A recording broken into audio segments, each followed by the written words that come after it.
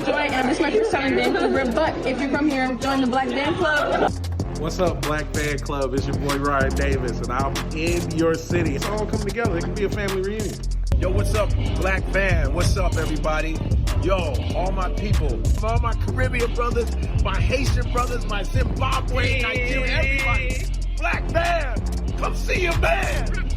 Oh, boom, boom, boom, boom.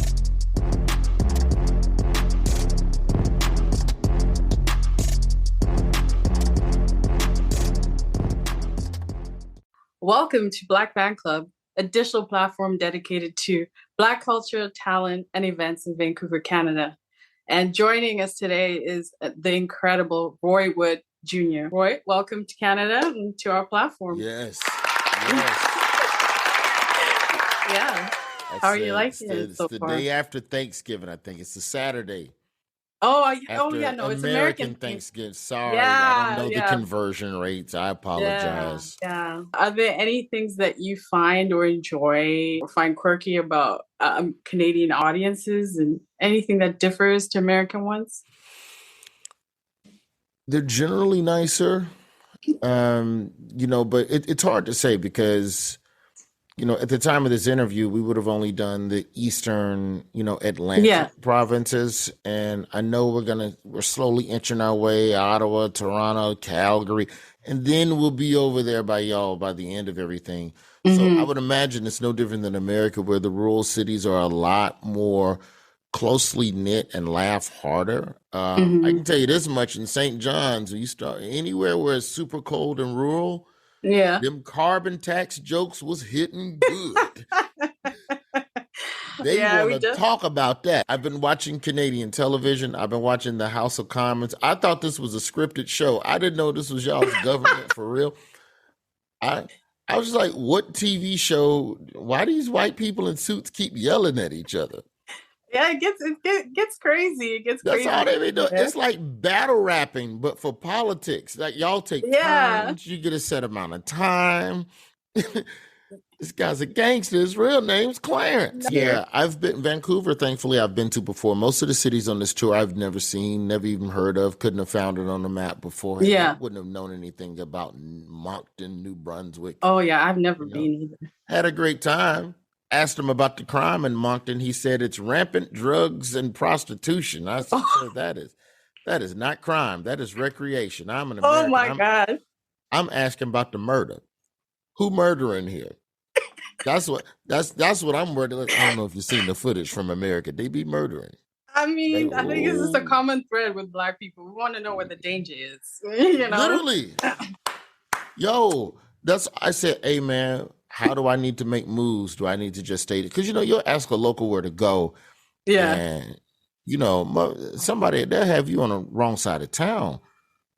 Yeah. And I'm like, I can't be over there. Like, because it's like, I think like white people will send you somewhere where you shouldn't be as a Black person. And then Black people sometimes will go, oh no, go to this spot. It's a good spot. Yeah, but if that spot is in a certain hood and I'm not rolling with a local, you know how it is. Like the hood is same all over. You got to be with a local in certain spots so you can make moves the right way. Obviously spent a large amount of your time on The Daily Show with Trevor Noah. And that show definitely has a big impact, not just in the US, but for us as well in Canada, especially with you and Trevor on TV for Black audiences and Black people, seeing you guys night after night, speaking on important issues. That definitely was impactful, especially for us. For me, anyway, personally. And I just like to acknowledge that impact that you guys have. And now that it's kind of, drawn to a close and you've had some time to reflect, like, what can you say about how your time with Trevor on there and the legacy that you guys helped build? Just speak to that. I don't know, some reflections on that and the legacy that you had. Trevor was stellar at being able to come to a country he's not from and be able to help present different sides to an issue to help people look at it differently. I think a lot of people off the top, they wanted him to be the battering ram like what Jon Stewart was. But Jon Stewart, as an American, is always going to approach these topics from a different emotional place than an out-of-towner.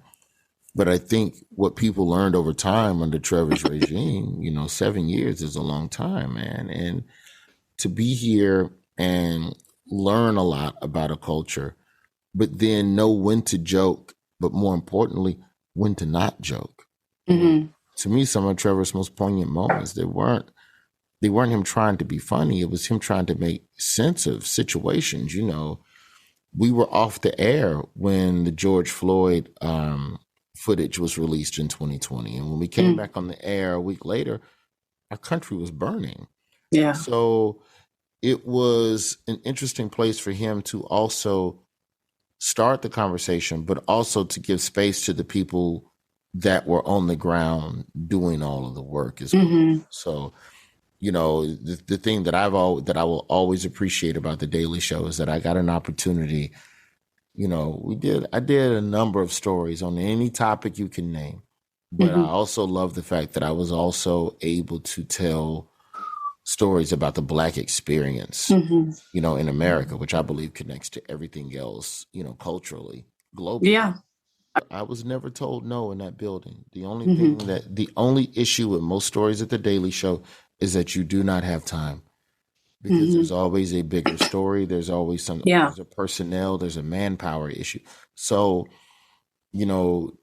that's the only thing that kept certain stories from happening. But, I got to go to cover the 20th anniversary of the Million Man March.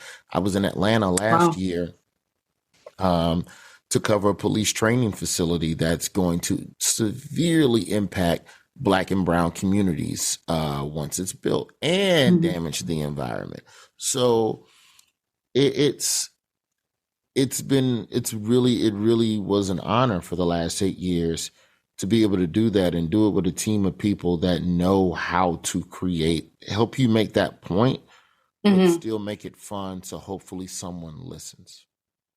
I mean, I can tell you that it definitely resonated. And we were listening across the border, like we were watching, we were on social media, the clips, everything. It was impactful because that was definitely a big event. It was a seismic event. You spoke about George Floyd. There were protests organized in Vancouver.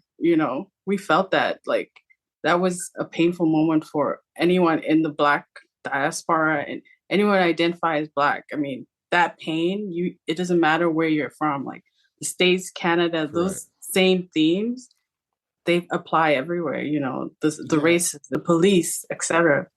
Yeah, I mean, I remember around that same time, and I think it was in 2020, it may have been the year after, but, there was a serious police issue, and I think it was in Toronto around that same time. But, we have the gift and the curse at the Daily Show of being able to talk about anything, but the curse is that we have to be able to make it funny. There's 1,000 other media outlets you can go to get the information. We're supposed to be the one that adds a little commentary and hopefully a little chuckle. Yeah. And I'm sure that must be difficult. Like, obviously it's something that you do, but it's when something is so raw and fresh, it can be a little bit challenging, or maybe it's not. I don't know. You can speak to that. You just have to give it time. You have to give it time. So you're not always going to be in a position to make something. And it's not it shouldn't be your mission to be first. Your mission should be to be the most poignant and to have the most unique opinion. And sometimes that takes a minute to cook up. So, I'm never in a rush. Yeah. Do you think that maybe your roots, like in Alabama, your father, just how that has helped you throughout your career and speaking on important Black issues? Yeah, my father, for the people who don't know, my father was a journalist who covered, the Soweto riots in South Africa, the Civil War in Rhodesia, Zimbabwe now. Yeah, right? I'm from Zimbabwe, actually. Yeah. Okay, so my daddy was there getting shot at. Wow. Wow, that's crazy. Same game in Vietnam, same game with the civil rights movement in America, which in a way was its own type of civil war. Yeah. So, he definitely was no nonsense, and as I got older into my 30s and 40s, I started realizing, oh, yeah, I am just like him. I just have to figure out how to make it. I just got to make you chuckle with it, though. I'm not. Yeah. I'm not as cold blooded as my pop.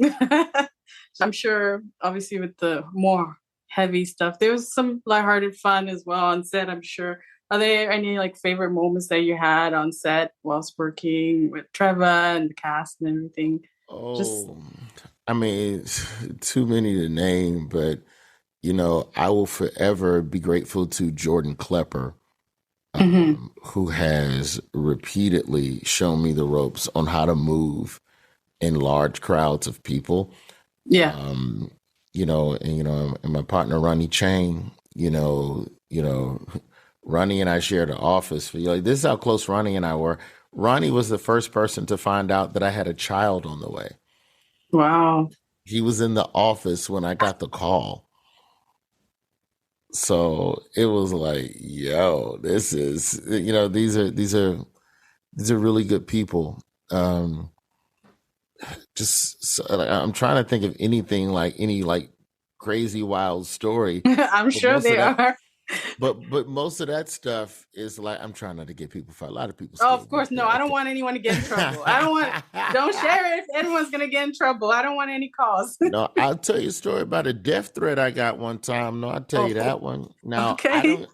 I didn't get death threats the way Trevor did or the way Hassan Minhaj did. And, I don't know if Klepper gets death threats. I know he gets like people like sending him like, stinky messages and email, but we were in Montana and we covered a pro-gun rally where guns weren't allowed.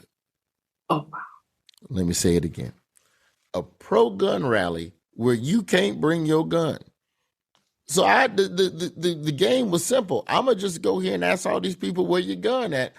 And it was fine. It got laughs. Cool. Wow. Man, I get back to work like 2-3 weeks later. I get a message from a guy, like telegram, like a package.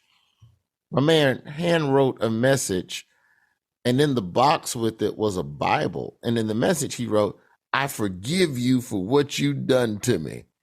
And then I open up the Bible, and it's just all highlighted stuff about revenge and vengeance is mine. And oh, wow. And it was him basically saying, yo, I should have beat your ass, but I didn't because I love Jesus now. But I'm like, okay, you still thinking about beating my ass. I don't know how much you really love Jesus. So yeah, I ain't been back to Montana since 2019 is what I'm trying to tell you. Okay, yeah. Hey, that's wild. That's definitely it's wild. A dude up there anxious to put hands on me, and I don't mean prayer. Oh my God! Wow. Well, I don't know if I should thank you for sharing that, but we're thankful that you're still here and you can be with us today for sure. Just, I guess, lastly, just to wrap it up, there are a lot of like aspiring, Black comedians out there. Just wondering, like, for the Black van community and our audience, like, what unconventional piece of advice that you could give to them that you wish you had? Hang with people who have goals, not complaints. There's no reason to be around anybody that doesn't believe in themselves because they damn sure can't help you. Believe in themselves. You need to run, it's like those geese really are a great analogy, Canadian geese, where one geese is doing all the work and the rest are kind of drafting off that one, but they all take turns being the lead goose. You know what the hell I'm trying to say. Stop. Yeah. But you need to run with people. You need to run with people. They don't have to have the same goals as you. They didn't have to have the same wants as you. But they have to have passion, and you have to be around passionate people. And if you're around passionate people, then everything else will fall into place. I spent so much time, because comedians are cynics by nature, but it didn't have to be like that. I spent a lot of time around people who just didn't believe in themselves, and it made me question myself sometimes. And that's not, and I didn't allow myself the grace of being able to be dumb and just dream big. Just to wrap up, you've got the show coming up in Vancouver, November 25th at the Queen Elizabeth Theatre. Is there anything special you'd like to say to fans over here in Vancouver before the big night? I'm just anxious for everybody to come out. And, I was hoping we could have 2 shows so you could bring the person you cheating with. But unfortunately, you're going to have to choose your main person. We only got 1 show. Right. So you got to bring your main chick. Or just bring the side chick. I don't know. I mean, bring whoever you want, Well, thank you so much. It was a pleasure chatting with you. We'll see you on November 25th. Okay, we'll do. All right. Thank you. Thank Bye. you. Bye-bye. Thank you.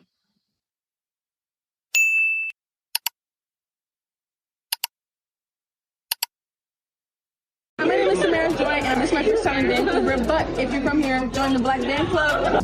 What's up, Black Fan Club? It's your boy Ryan Davis, and I'm in your city. It's all come together. It can be a family reunion. Yo, what's up, Black Fan? What's up, everybody? Yo, all my people, all my Caribbean brothers, my Haitian brothers, my Zimbabwe, Nigerian, everybody. Black Fan, come see your man. Oh,